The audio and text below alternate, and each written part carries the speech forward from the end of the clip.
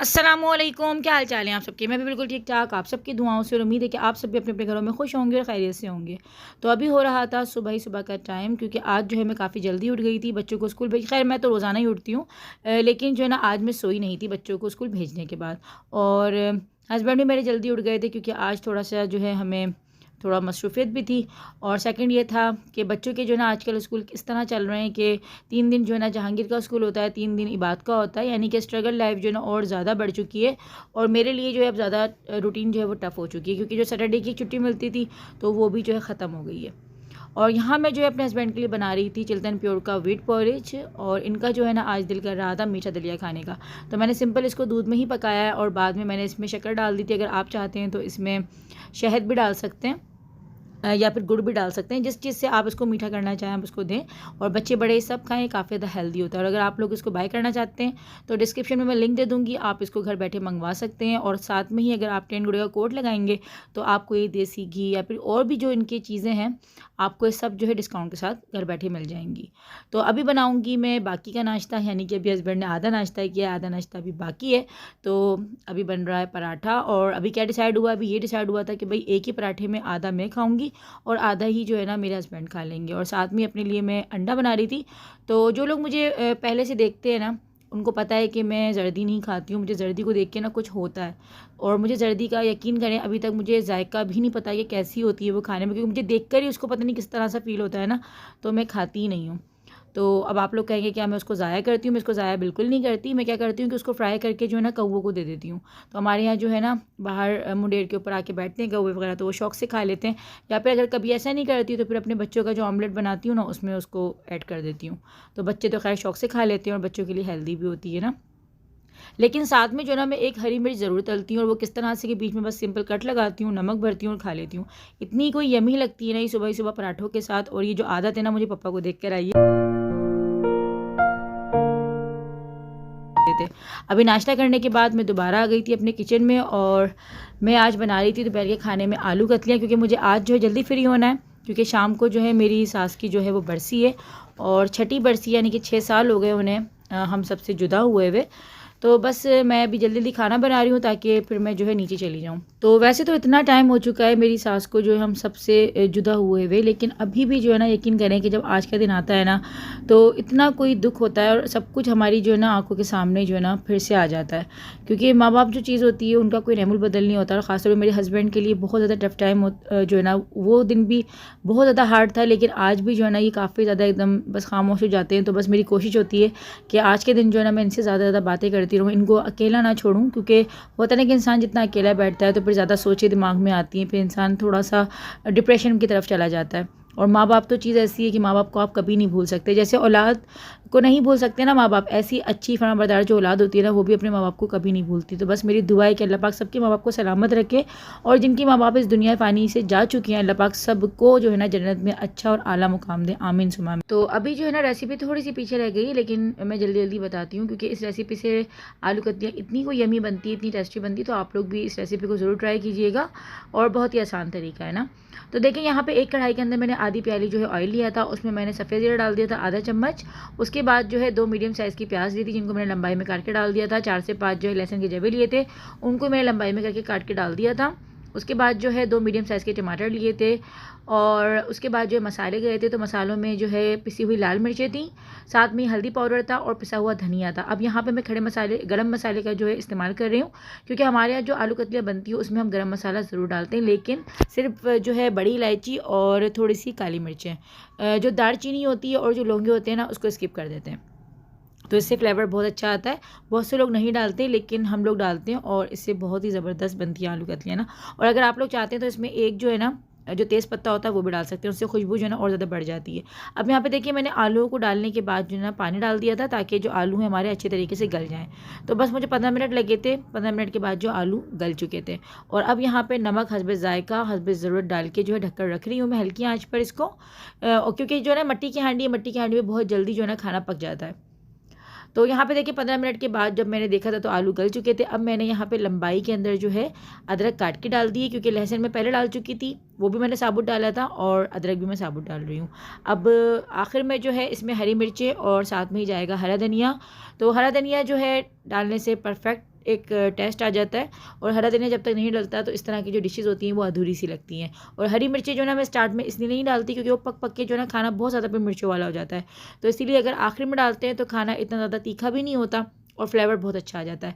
अब हरा धनिया हरी मिर्ची डालने के बाद जो है ना इसको 3 से 4 मिनट के लिए मज़ीद और पका के हरा धनिया और हरी मिर्चों का फ्लेवर जो है वो अच्छे तरीके से आलू कतली में निकल कर आ जाए।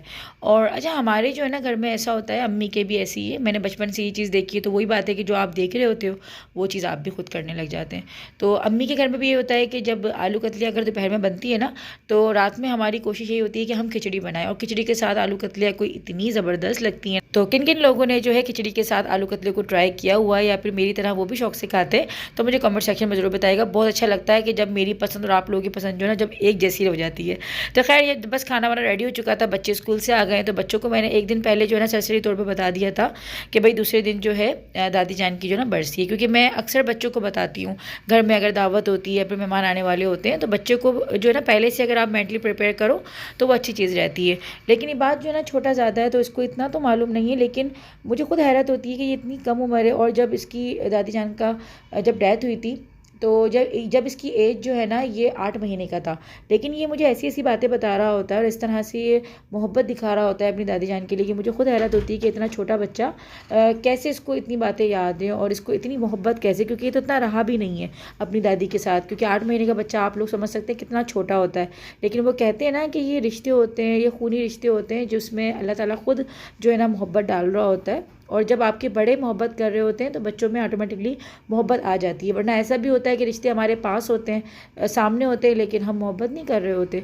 तो ये चीज़ें हमारे बड़ों से ही आ रही होती है कि बच्चों के जहनों में जो है हम वो मोहब्बत डाल रहे हैं या नफ़रत डाल रहे हैं। तो सबसे अहम और सबसे ख़ास बात जो होती है अपने बच्चों की तरबियत का हिस्सा बना लें कि अपने बच्चों के सामने जो है ना कभी भी किसी रिश्ते की जो है ना बुराई ना करें, चाहे वो आपके ससुराल का रिश्ता हो, चाहे वो आपके मेके का रिश्ता हो, भले वो आपके मिलने जुलने वाले आपके दोस्त हों, आपके और जो है ना रिश्तेदार हो, लेकिन बच्चों के सामने कभी भी किसी की जो है ना बुराई ना करें और ना ही कभी किसी का मजाक बनाएं। क्योंकि इससे क्या होता है कि बच्चे जो है ना छोटे होते हैं और कमज़ोर उनके जहन होते हैं, छोटे उनके दिमाग होते हैं, कुछ बातें वो समझते हैं, कुछ बातें वो नहीं समझ पाते। लेकिन हम बड़े होते हैं, हम माशाल्लाह समझदार हैं, लेकिन अगर हम भी इस तरह की बचकाना हरकतें करते हैं ना, क्योंकि बहुत सी माएँ मैंने ऐसी देखी हैं जो कि बच्चों के सामने बुराइयाँ कर रही होती हैं अपने रिश्तों की, और वो खुश हो रही होती है इस चीज़ पर कि चलो बच्चा हमारा जो है वो इस बात पर हमारा साथ दे रहा है। लेकिन आहिस्ता आहिस्ता क्या होता है कि आपके बच्चे के अंदर जो है ना वो बुराइयाँ जो है ना अंदर बस जाती हैं, और फिर जब बच्चा बड़ा होता है तो फिर वो अपने तमाम जो आसपास के रिश्ते होते हैं ना उनको नफ़रत की निगाह से देख रहा होता है। तो ये चीज़ बहुत ज़्यादा ख़तरनाक साबित हो सकती है आगे जाके। तो बस कोशिश करें कि अपने बच्चों को जितना हो सके मोहब्बत करना सिखाएं, पॉजिटिव रहना सिखाएं। तो इससे क्या होता है कि आप खुद भी सुकून में रहेंगे और आपका बच्चा भी हमेशा अच्छा रहेगा। मैं भी जा रही हूँ नीचे ससुराल में अपने, क्योंकि मेरी सास की जो है वो आज न्याज़ है। तो अभी बस देख वगैरह आई है नीचे और न्याज़ वगैरह दिल रही है, तो जाके देखती हूँ कि नीचे क्या हो रहा है। तो चले चलते हैं।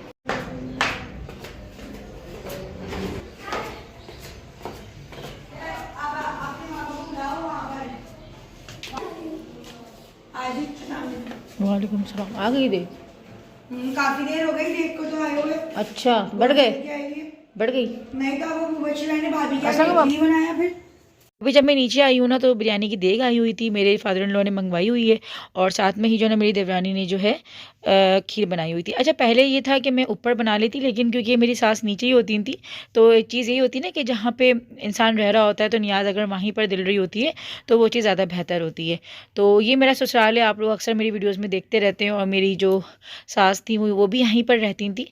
तो यही था कि भाई नीचे अगर नियाज़ दिले तो वो ज़्यादा अच्छा होता है। वैसे काफ़ी दफ़ा मैंने भी अपने ऊपर जो है दिलवाई है, लेकिन मेन जो होता है वही घर होता है जहाँ पे इंसान खुद रह रहा होता है। तो यहाँ पे अभी बस मेरे जेठ जो है बैठ के बिरयानी को बच्चों को दे रहे हैं ताकि जो है ना महल्ले वगैरह में बटे, क्योंकि मेरी सास जो है वो महल्ले वालों को बहुत ज़्यादा कहते हैं ना कि जो बहुत ज़्यादा रख रखाव वाले जो होते हैं लोग, तो उनमें काफ़ी ज़्यादा ये चीज़ थी, सबसे मिलना जुलना, सबसे मेल झोल रखना। और अभी आप लोग देख सकते हैं कि रूम की क्या हालत हो रही है, इतना कोई ख़राब रूम हो रहा था ना, तो इसलिए यहाँ पर जो है ना बैठ कर पढ़ना जो है बहुत ज़्यादा मुश्किल हो रहा था। तो इसीलिए बस मैं ऊपर जाके फिर अपनी जो पढ़ाई करनी होगी मुझे बस वो पढ़ लूँगी, क्योंकि मेन मकसद जो होता है वो पढ़ना ही होता है, और जो सवाब पहुंच रहा होता है हमारे मरहूमीन को वो हमारे पढ़ने का ही जा रहा होता है, या हमारे उस अमल का जा रहा होता है जो हम साफ़ नियति के साथ कर रहे होते हैं। तो बस जो है ना अभी मैं आई हूँ 8 नंबर, क्योंकि मुझे अपनी हेल्पर की बच्ची के लिए जो है ना कपड़े लेने थे। तो मैंने कहा चलो आज के दिन ही आ जाती हूँ, क्योंकि आज के दिन बस जितना आप हो सके आप अपने अच्छा काम करो, अच्छी चीज़ें करो और साफ़ नीयती के साथ करो। तो बस मैं अपनी हेल्पर के लिए देख रही थी और मेरी कोशिश यही थी कि भाई मैं अच्छे से अच्छा ही देखूँ, क्योंकि जो है ना ऐसा नहीं होना चाहिए कि हम खुद अपने लिए लें तो हम अच्छी से अच्छी चीज़ लें, और जब हम अपनी हेल्पर्स को देने के लिए लें या फिर किसी को भी देने के लिए लें तो हम फिर वो चीज़ जो है ना बस ऐसे ही बस उठा के ले जाएँ। तो मेरी कोशिश यही होती है कि मैं जिस तरह अपने बच्चों के लिए चीज़ लेती हूँ, जो अपने बच्चों के लिए पसंद करती हूँ, तो बस मैं वैसी ही जो है लूँ। तो यहाँ पे मैं जो है ना अपनी हेल्पर की बेटी के लिए सूट पसंद कर रही थी, और मुझे देखें ये जो ब्लू सूट है ना ये मुझे बहुत अच्छा लगा था, लेकिन मैंने इसमें पिंक कलर लिया, जो कि फिर जब मैंने अपनी हेल्पर को दिया ना तो वो इतनी ज़्यादा मुझे कोई दुआएं दे रही थी, इतनी ज़्यादा वो खुश हो रही थी। तो देखिए ये सूट था जो मैंने लिया था, और साथ में इसके दुपट्टा जो था ना वो बहुत ज़्यादा जो है ना सही नहीं था, मुझे काफ़ी अच्छा नहीं लगा। फिर मैंने अलग से जो है ना फिर इसका दुपट्टा भी परचेज़ किया। तो किसी को दो तो फिर वो अच्छी चीज़ दो, और अगर नहीं देनी तो फिर ना दो। तो क्योंकि हमारे दीन में भी है कि वही चीज़ दूसरे के लिए पसंद करो जो चीज़ आप अपने लिए पसंद करते हो। तो मेरी तो कोशिश यही होती है कि जो भी चीज़ मैं किसी और को भी दूँ तो वही चीज़ लूँ जो मैं अपने लिए पसंद करती हूँ। तो बस यहाँ से बस मुझे यही लेना था और मुझे कुछ भी नहीं लेना था। तो बस ये लेकर अब मैं वापस जो है घर की तरफ जाऊँगी, और यहीं पर आप लोगों से इजाज़त लूँगी। आज का व्लॉग आप लोगों को कैसा लगा मुझे ज़रूर बताइएगा, और व्लॉग अगर अच्छा लगा तो आप लोग जो है चैनल को सब्सक्राइब कर दीजिएगा, वीडियो को लाइक कर दीजिएगा। मिलते हैं इंशाल्लाह बहुत ही जल्दी एक नए व्लॉग के साथ। तब तक के लिए अल्लाह हाफ़िज़। अपना बहुत बहुत ख्याल रखिएगा, मुझे मेरी फैमिली को अपनी दुआओं में याद रखिएगा।